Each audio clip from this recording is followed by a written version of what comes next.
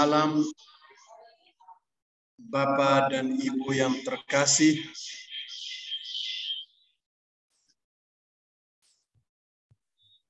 Percakapan permenungan kita malam hari ini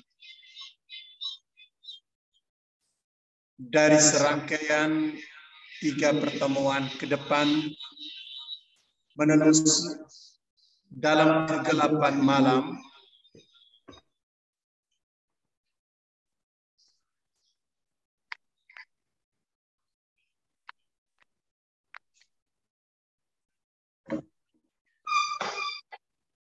Pertemuan pertama malam hari ini dari rangkaian percakapan mengenai dalam kegelapan malam ini berjudul Percakapan Perjalanan Rohani Kita.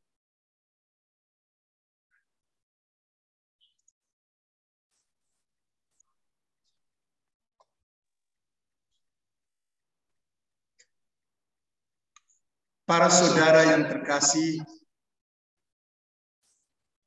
dalam kehidupan kita, seringkali kita alami bahwa pada suatu saat kita merasa ada suatu dorongan dalam diri kita untuk berdoa, untuk sekedar masuk dalam keheningan, untuk mengarahkan hati kita kepada Tuhan. Dan juga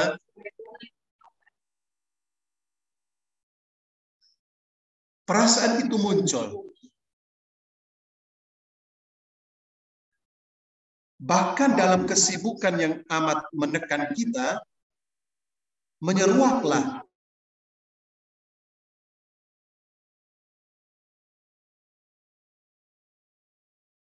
dekat dengan Tuhan. Kita ingin bersatu dengannya secara nyata dalam kehidupan kita. Pertanyaan kita sekarang adalah, mengapa kegelisahan kudus ini ada dan menyertai hidup kita, walaupun barangkali kita berusaha untuk mengabaikannya? Ini memang mengherankan kita, bahwa pada suatu saat ada perasaan ingin berdoa, ada perasaan ingin dekat dengan Tuhan, ada perasaan ingin hening, tenang. Walaupun mungkin karena kita sibuk, kita ingin mengabaikan perasaan itu, tapi perasaan itu selalu muncul. Pertanyaan adalah, bagaimana hal ini ada dan bagaimana ini kita alami? Bagaimana ini terjadi?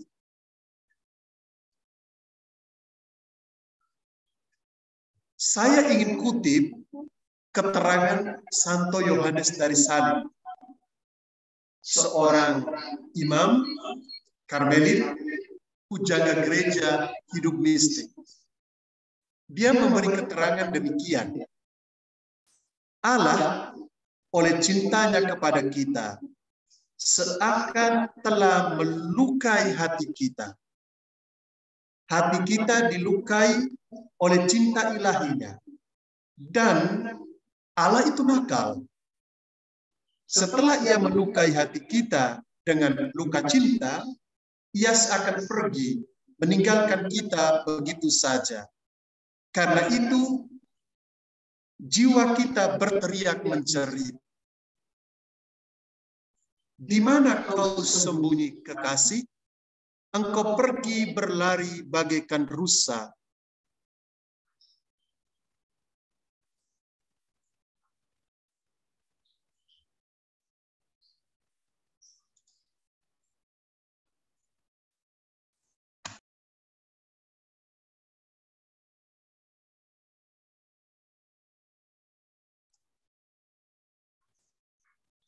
Maaf, suara saya mungkin agak bergema tadi. Baik.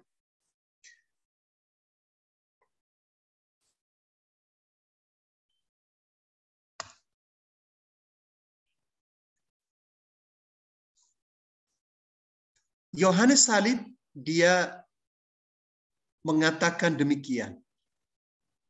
Di mana kau sembunyi kekasih? Engkau pergi berlari bagaikan rusa jantan setelah engkau melukai aku. Jadi dia melihat bahwa Allah itu oleh cintanya, dia melukai hati kita. Tapi setelah dia melukai, dia meninggalkan kita begitu saja. Dan oleh karena itu, kita kemudian mulai mencari dia. Orang itu secara diam-diam melukai hati kita, dan itu menimbulkan kerinduan di dalam hati kita untuk menjumpai, untuk bertemu dengan orang yang sudah melukai hati kita itu. Tapi dia pergi menghilang, maka kita mencari. Begini para saudara, singkatnya begini, Tuhan mencintai kita, lalu dia melukai hati kita dengan cinta. Tapi setelah hati kita terluka, dia pergi begitu saja meninggalkan kita, membiarkan kita merana, mencari-cari dia. Dengan demikian, seluruh hidup kita itu merupakan sebuah pencarian akan dia yang telah melukai hati kita itu. Itulah sebabnya mengapa pada saat-saat tertentu tiba-tiba tanpa kita duga, tanpa kita rancang, tanpa kita inginkan, kerinduan untuk hening, kerinduan untuk doa, kerinduan untuk dekat dengan Tuhan itu kemudian kita alami. Tiba-tiba ada dorongan untuk itu, dan ini justru terjadi karena kita memang dikuasai oleh kerinduan akan dia yang sudah melukai kita. Ini adalah ungkapan dari pencarian kita untuk menemukan orang yang telah melukai itu. Yohanes dari Salib berkata lebih lanjut, mengapa setelah kau melukai hati ini tidak kau sembuhkan juga? Mada Rohani bait 9. Padamkan derita ini, tak seorang pun dapat memadamkannya. Biarlah mataku memandangmu. Mada Rohani 10. Secara tradisional, para saudara, pencarian cinta, pencarian jiwa untuk menemukan cinta yang telah melukai hati kita ini dibagi dalam 3 tahap. Jadi, hidup kita itu merupakan sebuah pencarian akan Tuhan yang telah melukai kita. Itu keterangan Yohanes dari Salib. Dan ketika kita mengejar mencari dia yang melukai hati kita ini, kita masuk dalam sebuah perjalanan pencarian. Tapi perjalanan pencarian itu secara tradisional itu biasanya dibagi dalam 3 tahap. 3 tahap.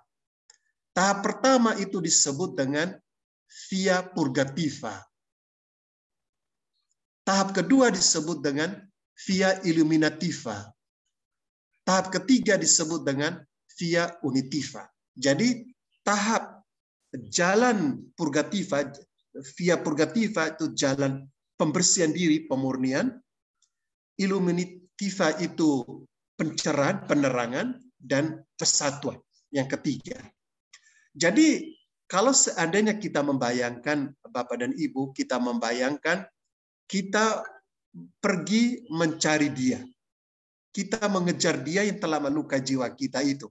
Yang membuat kita selalu punya kerinduan, keinginan untuk ketemu dengan dia. Tapi perjalanan pencarian ini, awalnya itu kita memasuki apa yang disebut dengan via purgativa. Sekarang saya coba bicara tentang via purgativa secara ringkas. Setelah tergerak untuk pergi mencari dia yang telah melukai kita, kita terkejut bahwa ternyata kita ini bisu tuli dan lumpuh. Bandingkan Teresa dari Avila. Dalam ruang pertama puri batin, dia mengatakan kita ketika ingin mendekati dia, mencari dia, ternyata kita sadar kita ini bisu, tuli, dan lumpuh. Kita tidak dapat berjalan. Namun suara ilahi dari kejauhan menggoda kita seakan memberi isyarat di mana dia berada untuk dicari dan ditemukan.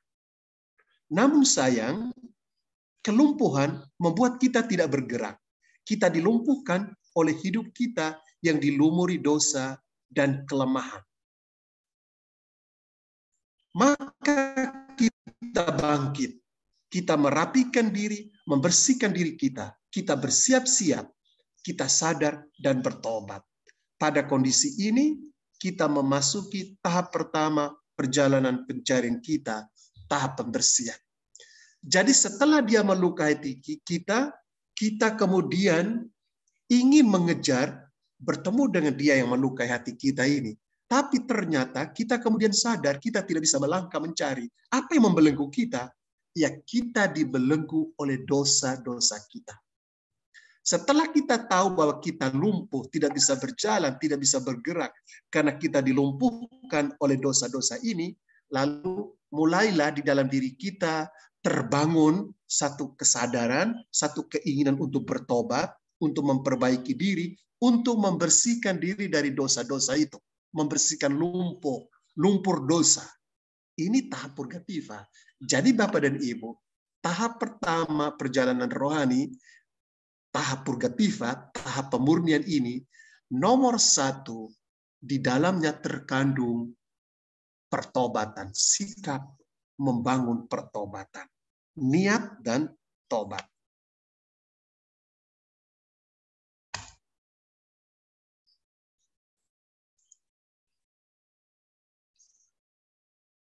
Pada tahap ini terkandunglah segala aktivitas pencarian kita. Jadi sadar dan sesal serta tobat.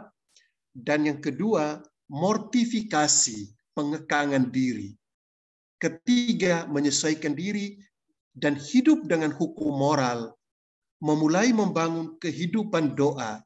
Belajar menghayati keutamaan-keutamaan Kristiani. Initial future. Jadi, keutamaan-keutamaan Kristiani pada tahap awal. Pada tahap ini, jiwa memang memiliki banyak cacat celah. Karena itulah maka Santo Yohanes dari Salib memulai percakapan tentang jiwa pada tahap ini dengan menguraikan kekurangan-kekurangannya, dengan menyoroti dari 7 dosa pokok. Jadi waktu Yohanes dari Salib, dia melukiskan perjalanan pencarian jiwa untuk ketemu dengan dia yang telah melukai hati itu. Dia melukiskan pada awalnya situasi dosa yang mengekang kita. Dia membahasnya dalam apa yang disebut dengan 7 dosa pokok. Itu kita semua tahu ya, 7 dosa pokok. Ketika kita mulai melakukan pembersihan diri ini, dan praktek-praktek rohani termasuk doa dan meditasi, termasuk juga doa kerahiman ilahi yang kita tekuni ini. Setelah kita melakukan itu, Allah menganugerahkan kepada kita pengalaman konsolasi, pengalaman hiburan rohani. Allah memberikan kita apa yang disebut dengan hiburan-hiburan rohani.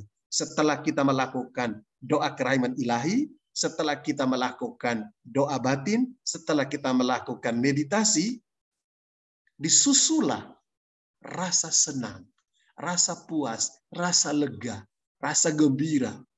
Enak. Itu yang disebut dengan hiburan rohani. Namun para saudara, pada waktunya, ketika perjalanan ini terus kita lakukan, kita juga akan memasuki pengalaman padang gurun atau pengalaman malam gelap, yang merupakan sebuah pengalaman kekeringan dalam kehidupan rohani kita. Akan tetapi kita perlu sadar bahwa pengalaman kekeringan, pengalaman padang gurun itu tidak selamanya negatif. Apabila Allah sendiri yang memberikannya kepada kita. Bila itu terjadi, pengalaman tersebut dapat merupakan sarana dan tanda kemajuan. Jadi, setelah kita mendapatkan penghiburan-penghiburan rohani, suatu saat penghiburan itu menghilang. Kita masuk dalam pengalaman malam gelap, pengalaman kekeringan rohani atau desolasi. Tapi pengalaman itu tidak harus dibaca sebagai sesuatu yang negatif. Bisa saja ini memang merupakan tanda kemajuan. Jadi setelah awal kita memulai hidup tobat, memperbaharui diri, membangun hidup doa, kita dianugerahi Tuhan hiburan rohani. Tapi setelah perjalanan lebih lanjut, kita akan memasuki kekeringan malam gelap itu. Jadi ini bisa merupakan sebuah tanda kemajuan.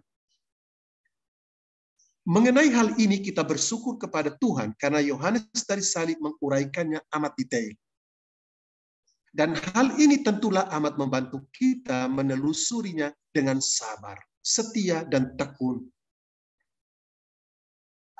Mengenai hal ini akan kita percakapkan minggu depan dalam pertemuan kedua nanti. Sekarang saya coba tunjukkan kepada Bapak dan Ibu doa-doa yang biasa dipakai oleh orang yang berada dalam tahap purgativa, tahap pemurnian ini, pembersihan diri ini, tahap pertama. Pertama itu doa vokal. Jadi doa vokal itu doa yang dipakai, yang biasa dipakai oleh orang dalam tahap ini. Meditasi diskursif itu seperti Lectio Divina, seperti meditasi Anthony de Mello yang menggunakan akal budi, ya, diskursif, otak kita berpikir, menggunakan 3 daya jiwa, berpikir, berimajinasi, membangun niat-niat, kehendak. Kemudian juga ada yang disebut dengan doa afektif. Jadi doa afektif itu tidak pakai otak lagi, tapi lebih rasa perasaan, curahan hati. Nah, kerahiman ilahi itu yang kita doakan hari ini. Nah, ini adalah salah satu bentuk dari doa afektif ini. Jadi curahan hati perasaan. Yesus, Engkau adalah andalanku. Yesus, Engkau adalah andalanku. Jadi curahan hati. Juga saya boleh sebut di sini ada apa yang disebut dengan doa rekoleksi aktif. Jadi doa rekoleksi aktif itu artinya saya berusaha mengerahkan pikiran saya, perhatian saya, budi, seluruh daya jiwa saya kepada satu titik, yaitu kehadiran Allah. Baik melalui gambar, baik melalui adorasi. Jadi adorasi itu bisa menjadi doa rekoleksi aktif. Karena saya memberikan perhatian penuh, terfokus kepada kehadirannya. Meditasi Kristiani, Bapak Ibu tahu saya aktif di meditasi Kristiani. Nah, meditasi Kristiani itu juga salah satu bentuk dari rekoleksi aktif. Jadi seluruh daya jiwa kita, jadi kemampuan berpikir, kemampuan kita untuk berimajinasi, kemampuan kita untuk membangun niat-niat, itu diarahkan kepada Tuhan, kehadirannya. Nah, dalam meditasi Kristiani difokuskan pada kata yang disebut mantra, dalam doa adorasi, itu dalam sakramen Maha Kudus. Oke, jadi ini tahap pertama dari perjalanan rohani kita. Dan doa-doa yang dipakai itu biasanya, itulah doa-doa yang biasa dipakai. Bila kita bertekun dalam praktek-praktek ini, kita akan dibawa oleh Tuhan kepada tahap penerangan, via illuminativa. Itu tahap kedua. Ya,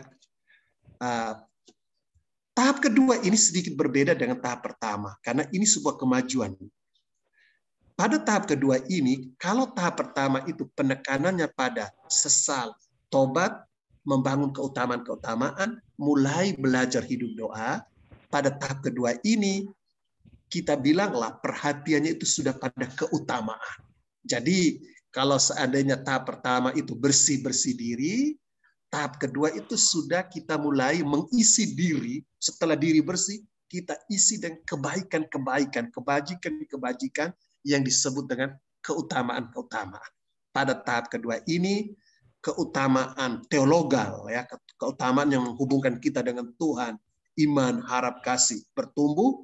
Keutamaan moral atau keutamaan kardinal yang menghubungkan kita dengan sesama kita, seperti keutamaan kebijaksanaan, keadilan, keberanian, penguasaan diri, itu juga bertumbuh.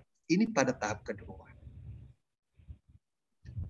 Pada tahap ini jiwa sudah mulai bertumbuh dalam kemurnian hati. Sudah mulai ada kemurnian hati. Dosa-dosa dulu yang menggenggam kita yang mengikat kita, itu mulai pelan-pelan bisa kita lepaskan. Dosa-dosa berat yang terjadi pada tahap pertama itu sudah tidak lagi. Ini sekarang praktis hanya dosa-dosa ringan yang dominan dalam tahap kedua ini. Pada tahap kedua ini, doa itu sudah berkembang. Orang tidak lagi berpikir, berkata-kata, tidak lagi menggunakan perasaan. Pada tahap ini, sebetulnya orang sebut dengan sudah doa kontemplatif. Jadi doa kontemplatif dicurahkan. Jadi saya itu sudah lebih hening. Jadi di sini sudah lebih hening. Batin saya sudah lebih hening. Bukan lagi saya yang berdoa. Bukan lagi saya yang berusaha mendekati diri pada Tuhan. Tapi Tuhan itu sudah mulai beri isyarat, sudah mulai memperlihatkan diri, dia mulai mencurahkan ke dalam hati kita kehadirannya. Sebelumnya saya mencari kehadirannya, sekarang kehadirannya itu dia tanamkan, dia aktifkan di dalam diri kita. Maka pada saat itu terjadilah apa yang dikatakan oleh Paulus dalam surat kepada orang di Roma, bab 8:26. Kita tidak tahu berdoa, roh lah yang berdoa di dalam diri kita. Jadi tahap kedua yang disebut illuminativa, ini adalah tahap di mana doa kita menjadi lebih kontemplatif. Kita menjadi lebih tenang, hening. Mulut mulai didiamkan, pikiran, perasaan mulai ditenangkan. Tuhan berdoa melalui rohnya di dalam diri kita. Jadi pada tahap ini, doa hening mulai berkembang.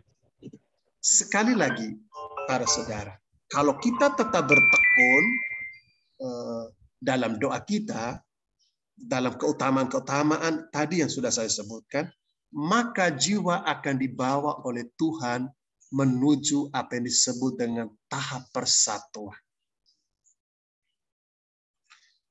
Setelah jiwa dibersihkan dan dihiasi oleh keutamaan-keutamaan, sekarang jiwa kita matang dalam relasi dengan Allah.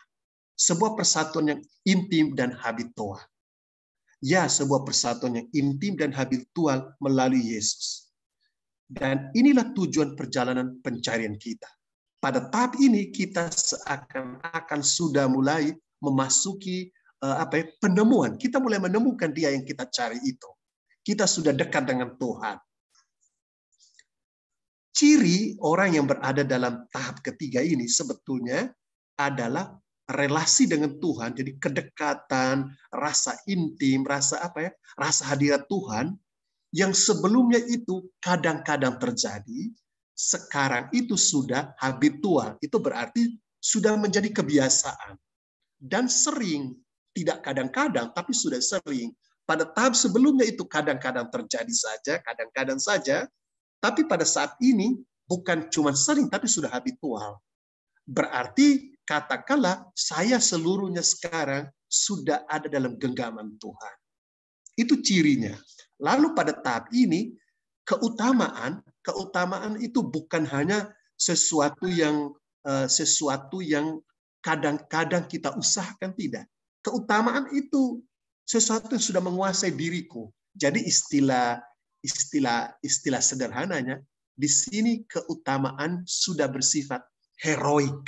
Sudah heroik. Dulu itu masih awal dan berkembang, sekarang sudah heroik. Cinta kasih saya itu sudah tidak bisa lagi dibendung oleh halangan apapun. Saya mencintai Tuhan, apapun taruhannya. Para martir, para mistik itu ada dalam level ini, ya, pada level terakhir ini. Jadi doa di sini itu disebut doa persatuan. Tadi itu doa hening, sekarang doa persatuan. Karena memang sudah bersatu. Doa persatuan kemudian kalau terus bertumbuh, itu menjadi apa yang disebut dengan masuk dalam apa yang disebut dengan pertunangan rohani dan akhirnya perkawinan rohani. Jadi doa persatuan, pertunangan rohani, perkawinan rohani itu adalah sesuatu yang terjadi pada tahap ketiga. Bapak dan Ibu, saya ingin supaya Bapak dan Ibu dalam percakapan malam hari ini menangkap poinnya. Saya ulang secara ringkas, ya. Kita tiba-tiba merasa ingin doa, merasa ingin hening, merasa ingin dekat dengan Tuhan. Mengapa ini terjadi? Yohanes Salib menjelaskan. Karena Tuhan itu melukai kita, melukai hati kita dengan cintanya. Setelah dia melukai, dia pergi. Hidup kita seluruhnya ini merupakan sebuah perjalanan mencari dia yang sudah melukai dan pergi begitu saja. Nah, jadi hidup kita sebagai orang Kristiani adalah sebuah pencarian, perjalanan pencarian. Dan perjalanan ini dibagi secara tradisional dalam 3 tahap.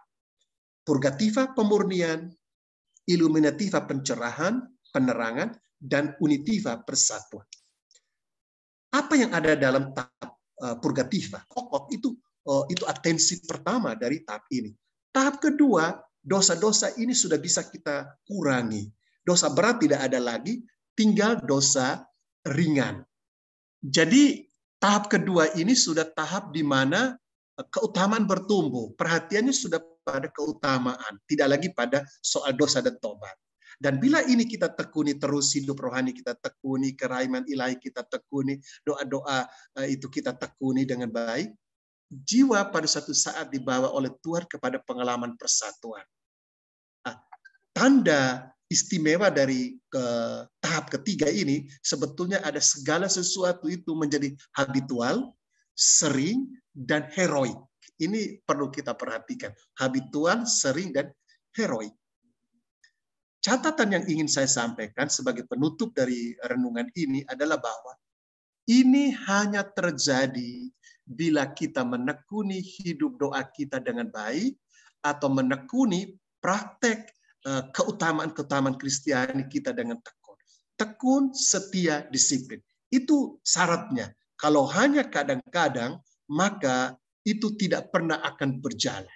Kalau kita doa kerahiman itu hanya mood baik saja baru kita lakukan, kita tidak bisa berkembang melalui jalan ini menuju persatuan dengan Tuhan. Tapi kalau kita sering, maka kemungkinan kita akan dibawa ke sana itu terbuka. Para saudara, maaf agak terganggu karena situasi sinyal saya juga tidak terlalu bagus malam hari ini, tapi saya harap Bapak dan Ibu bisa tangkap poin yang ingin saya sampaikan pada kesempatan ini. Minggu depan saya coba untuk menerangkan bahwa perjalanan pencarian Tuhan itu sebetulnya bagaikan berjalan dalam kegelapan. Itu yang akan saya coba uraikan minggu depan. Terima kasih Bapak dan Ibu, demikianlah refleksi kecil yang bisa saya sampaikan pada kesempatan ini. Terima kasih. Terima kasih Romo. Baik Bapak dan Ibu, tadi ada uraian singkat dari Romo, renungan singkat. Mungkin ada yang kurang jelas dan ingin ditanyakan, bisa di-send atau ditulis di kolom chat. Saya ada yang masuk di kolom chat, saya baca dulu ya Romo. Romo mau tanya, apa maksud Tuhan melukai hati kita dengan cinta? Dari Julie, Bapak atau Ibu ini, Julie. Baik. Jadi begini, Tuhan itu kan cinta ya. Kita tahu dari 1 Yohanes bab 4, Allah adalah kasih toh. Nah, kalau kasih itu kan berarti kasih itu kan bukan sesuatu yang terarah pada diri sendiri, itu pasti. Yang namanya kasih itu selalu bersifat relasional, terarah kepada orang lain. Allah yang adalah kasih ini mengarahkan kasihnya itu bukan kepada dirinya, tetapi kepada orang lain. Siapa itu? Ciptaannya, kita, manusia ini.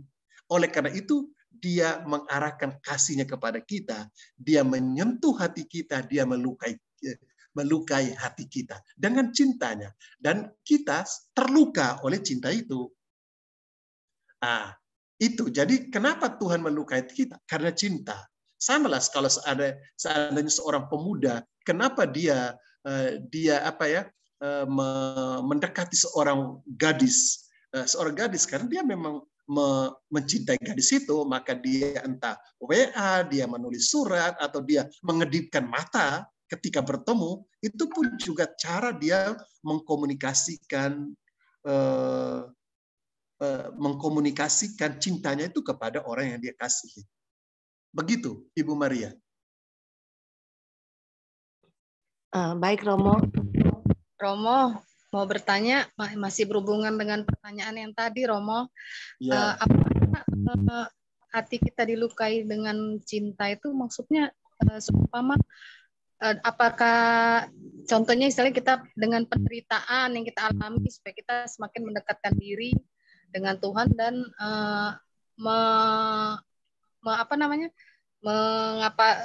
mengingat dosa-dosa kita yang sudah kita lakukan gitu ya, Romo. Begini, Ibu Paulina ini ya. Ibu Jeremika. Begini, kita tuh tahu bahwa Tuhan itu melukai kita, itu kan karena kita tiba-tiba saja, tanpa hujan, tanpa angin, tiba-tiba hati kita itu kok rindu. Hati kita kok ingin hening. Hati kita kok ingin berdoa. Jadi, ketika kita mengalami hal ini, kita tidak bisa menerangkan. Kenapa? Kok saya ini kok tiba-tiba tanpa ada A, B, C, D, kok tiba-tiba rasanya kok aku ingin doa, rasanya kok aku ingin hening, rasanya kok aku ingin terarah pada Tuhan. Kenapa itu terjadi?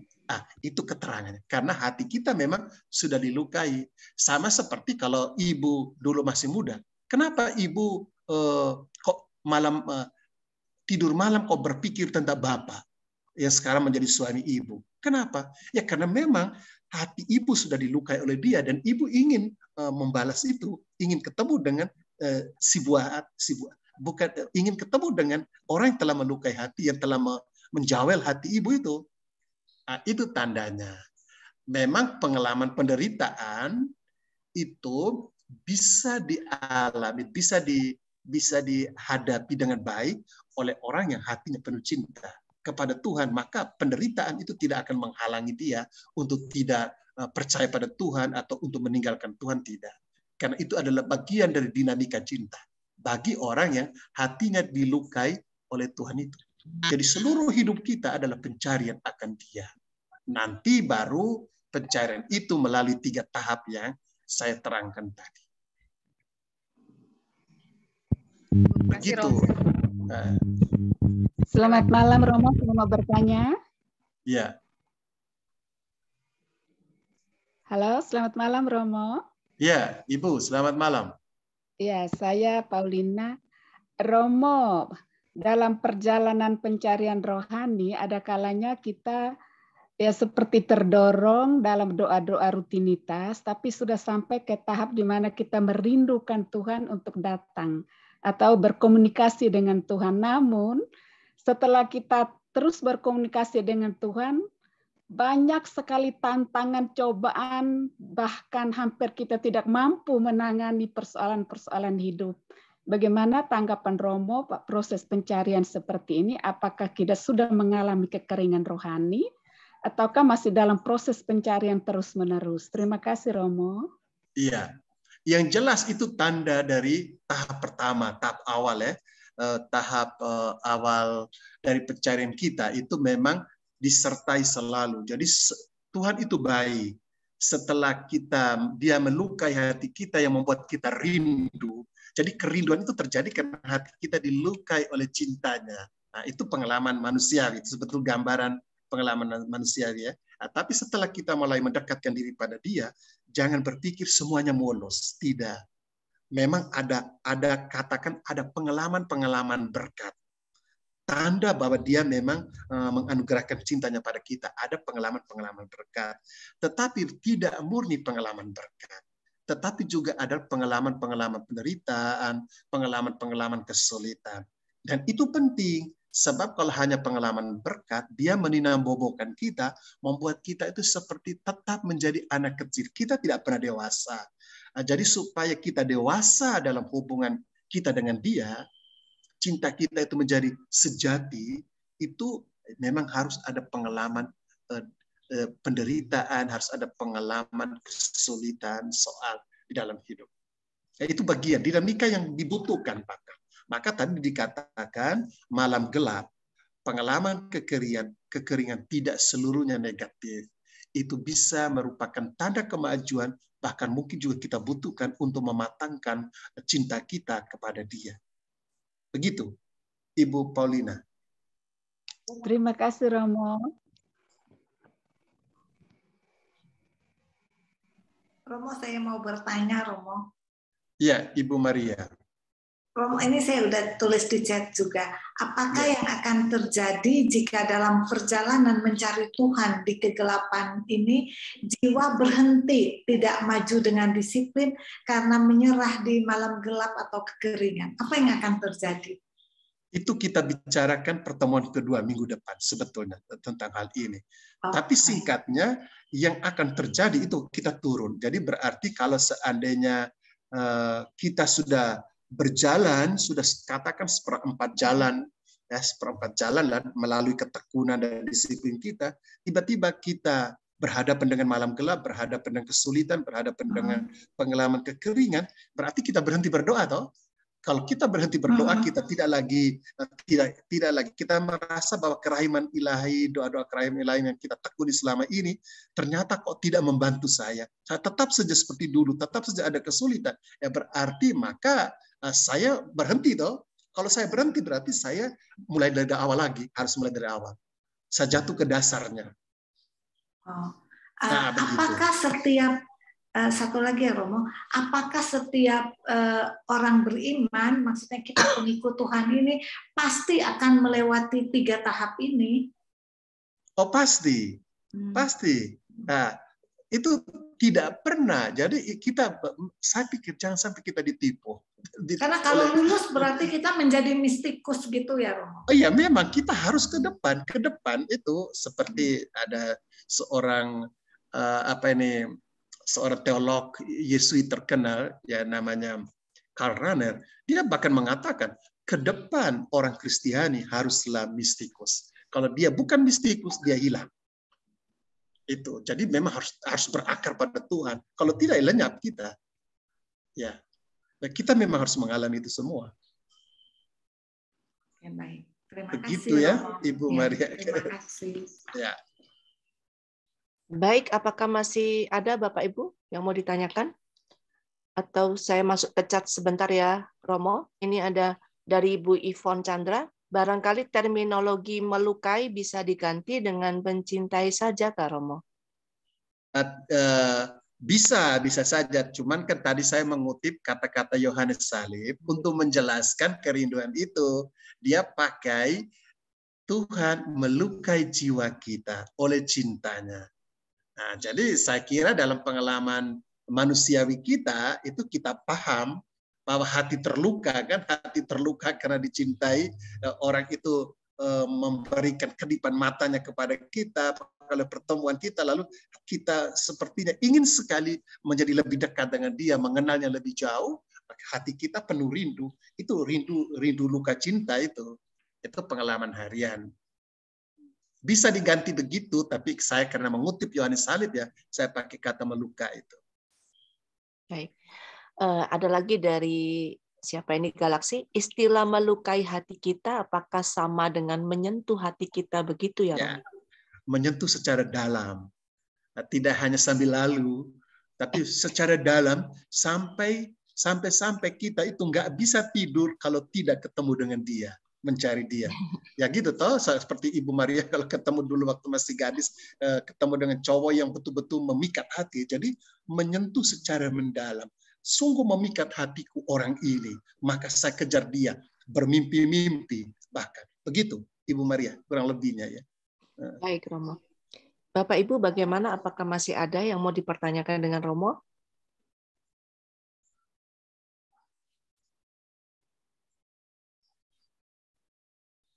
Ini ada lagi, Romo. Bagaimana agar doa koronka tidak hanya sebagai rutinitas saja, tetapi benar-benar masuk ke dalam hati dan pikiran? Supaya doa koronka kita dan doa kerahiman, devosi kerahiman ilahi kita itu tidak terjatuh dalam rutinitas belaka, maka kita bisa menyiasati, menurut saya itu bisa menyiasati. Umpamanya ya, dengan coba kalau seandainya kita doa koronka sendiri di rumah, kita coba diam sejenak dulu pada awal. Jadi kita hening sejenak pada awal, lalu mungkin kita memandang dalam diam gambar Yesus kerahiman itu dengan dalam diam, lalu kemudian kita hening sejenak. Setelah kita dengan hening, baru kita mulai dengan doa. Ini penting karena membantu kita untuk berdoa dengan sadar. Berdoa dengan sadar, kita ada di hadapan Tuhan, Sang Kerahiman Ilahi itu. Nah, kalau kita tidak memberi cukup waktu untuk sedikit hening pada awal sebelum kita masuk dalam doa kerahiman itu, maka bahaya itu menjadi rutinitas. Karena kita berdoa sambil lalu tidak menyentuh, tidak cukup menyentuh. Nah, jadi berarti barangkali cobalah dengan kalau doa pribadi di rumah, tapi bisa dalam kelompok juga, dalam komunitas kita. Sebelum kita masuk dalam koronka, coba kita menemukan sedikit saat hening, diam bersama, diam begitu saja. Tidak perlu harus meditasi Kristiani sebagaimana yang saya alami atau yang saya tekuni, tidak. Cukup diam saja, lalu kemudian menyadari kehadiran Tuhan dalam kerahimannya, itu sudah akan membantu. Kalau itu terus-menerus dilakukan, saya sih yakin itu akan membantu kita untuk masuk ke dalam perjalanan rohani ini lebih dalam. Tidak hanya sekedar rutinitas yang monoton, ya. Jadi hening pada awal itu biasanya membantu untuk membangkitkan passion, orang bilang passion, rasa gairah untuk ketemu dengan Tuhan kerahiman itu. Begitu, Ibu Maria. Baik, Romo. Supaya kalau hening gitu, supaya kita masuk ke dalam konsolasi ya, Romo ya. Kira-kira gitu ya. Iya, kita membangkitkan rasa. Ya. Istilahnya membangkitkan rasa, toh. Hening itu membangkitkan rasa hadiratnya, rasa untuk terarah pada Dia. Iya, betul. Baik, Bapak dan Ibu, apakah masih ada yang mau ditanyakan?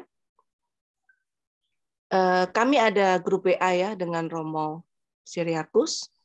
Jadi apabila ada yang mau didiskusikan dengan Romo lebih dalam, bisa WA Pak Gunawan atau saya untuk dimasukkan ke dalam grup selama beberapa hari mendatang untuk kita membahas seputar tema ini. Kira-kira begitu. Bila tidak ada, saya... Permisi Mbak, ada waktu sebentar. Boleh Pak, silakan. Kebetulan saya juga tadi diomongin Romo ya, saya juga ikut meditasi Kristiani. Terus jadi pengalaman saya melakukan penyadaran tubuh hening itu kayak lagunya Jiwa Kristus, tubuh Kristus, jiwa Kristus, hati kudus Yesus itu. Setelah itu baru mendaraskan koronkanya, kupersembahkan itu. Pengalaman saya itu Dok.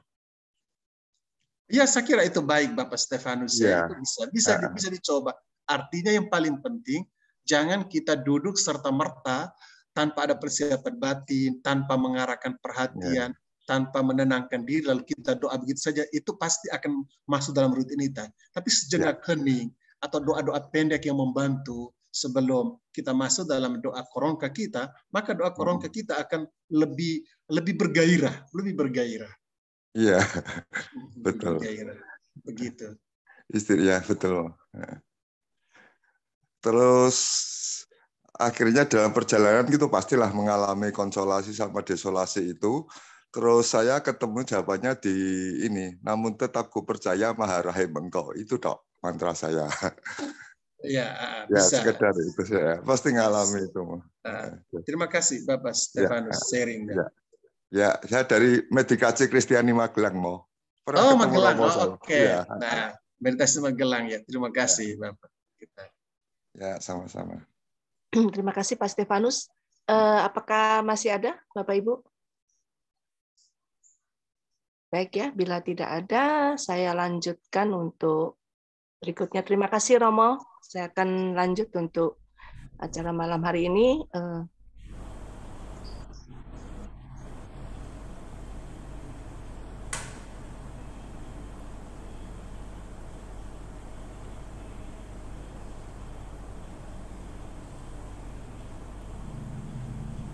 persembahan kasih. Bapak Ibu, mari berbagi kasih dan memberkati bersama komunitas kerahiman ilahi Santo Thomas Rasul di rekening BCA atas nama Sulince Lailianus di nomor 0121 203 986. Untuk minggu depan kita masih lanjut dengan makin seru ya, dengan tema yang masih sama, berlanjut di pertemuan kedua pada tanggal 5 Januari 2022 di meeting ID dan password yang sama. Baik, silakan Pak Gun. Ya, luar biasa Romo pada malam hari ini. Walaupun ini baru pembukaan, tetapi sudah terasa sangat menggigit Romo. Rasanya sangat mendalam ajaran Romo ini. Nah, mesti pelan-pelan kita cernakan, nanti meditasi lagi cernakan itu. Baik, Romo, saya mengucapkan banyak terima kasih kepada Romo Siriakus yang telah memberikan kita renungan pertama pada malam hari ini. Terima kasih Romo ya atas pengajarannya. Dan juga saya mengucapkan banyak terima kasih kepada petugas doa dan petugas lagu pada malam hari ini, juga yang bertugas terutama kepada Ibu Jo Maria yang telah sudi menjadi MC kita, pembimbing acara kita pada malam hari ini, juga kepada Ibu Julianti Lukmantara yang selalu mendesain flyer-flyer untuk kita, kemudian juga Ibu Desi Susilo dengan suaranya yang indah yang telah memberikan kita hiburan dan juga lagu-lagu pembukaan, sebentar lagi nanti lagu penutup. Juga petugas-petugas doa koronka yaitu Ibu Maria Nuni, Bapak Beni Husodo, Ibu Shirley Benyamin, Ibu Farida Halim, Ibu Vina Chin, dan Ibu Wiwin Eji.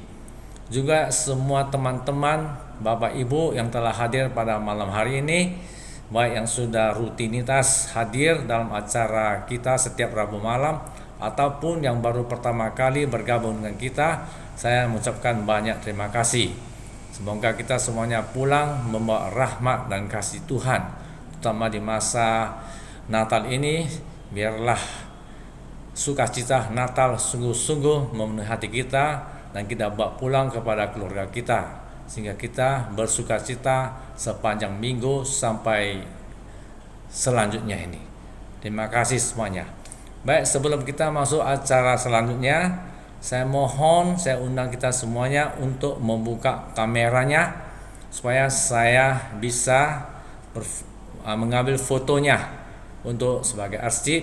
Nanti bagi yang kira-kira membutuhkan foto-fotonya bisa dihubungi saya di nomor WA 0819 633 777.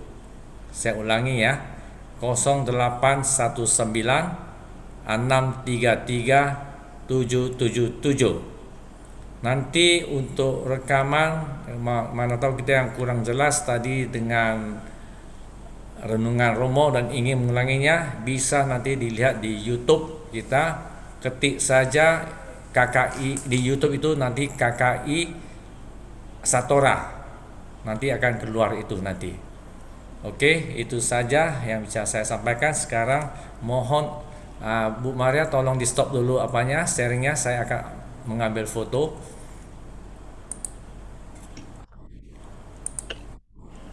Ini ada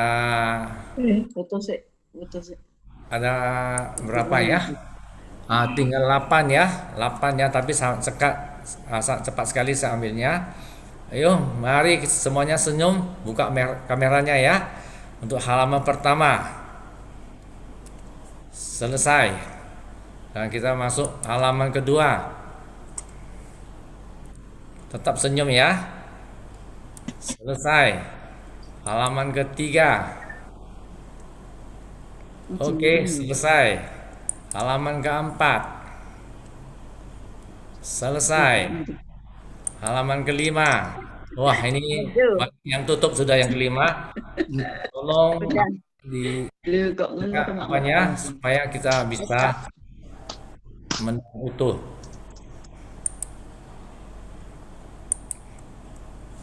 Aduh, ini sebentar ya, ada gangguan dari internet ini. Oke, udah. Halaman kelima ya. Sudah. Terima kasih semuanya. Terima kasih.